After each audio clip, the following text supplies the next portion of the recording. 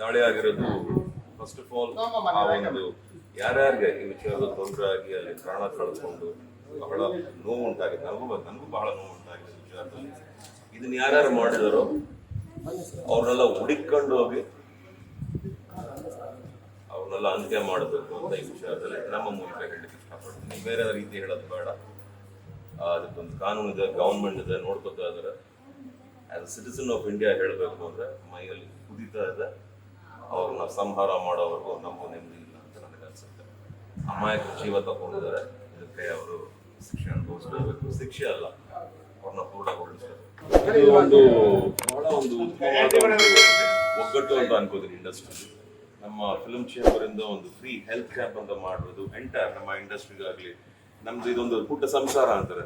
ನಮ್ಮ ದೊಡ್ಡ ಮಾಮನವ್ರ ಕಾಲದಿಂದಲೂ ನಾವೆಲ್ಲ ಒಂದೇ ಸಂಸಾರ, ನಾವೆಲ್ಲ ಒಂದೇ ಫ್ಯಾಮಿಲಿ ಇರ್ಬೋದು. ಸೊ ಆ ಒಂದು ವಿಚಾರದಲ್ಲಿ ಯೋಚನೆ ಮಾಡಿದಾಗ ಬಹಳ ಖುಷಿ ಆಗುತ್ತೆ.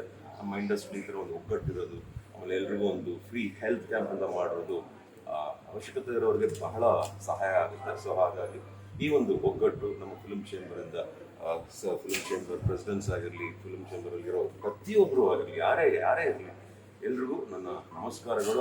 ಥ್ಯಾಂಕ್ ದಮ್. ಇದು ಹೀಗೆ ಕಂಟಿನ್ಯೂ ಆಗಬೇಕು. NM ಸುರೇಶ್ ಅವರು ಶುರು ಮಾಡಿದ್ದು ಅಂತ ಶ್ರೀನಿವಾಸ್ ಅವರು ಹೇಳ್ತಾ ಇದ್ರು. ಸೊ ಈ ಒಂದು ಇದು 2ನೇ ವರ್ಷ ಅಂತ ಒಳ್ಳೇದಾಗ್ಲಿ.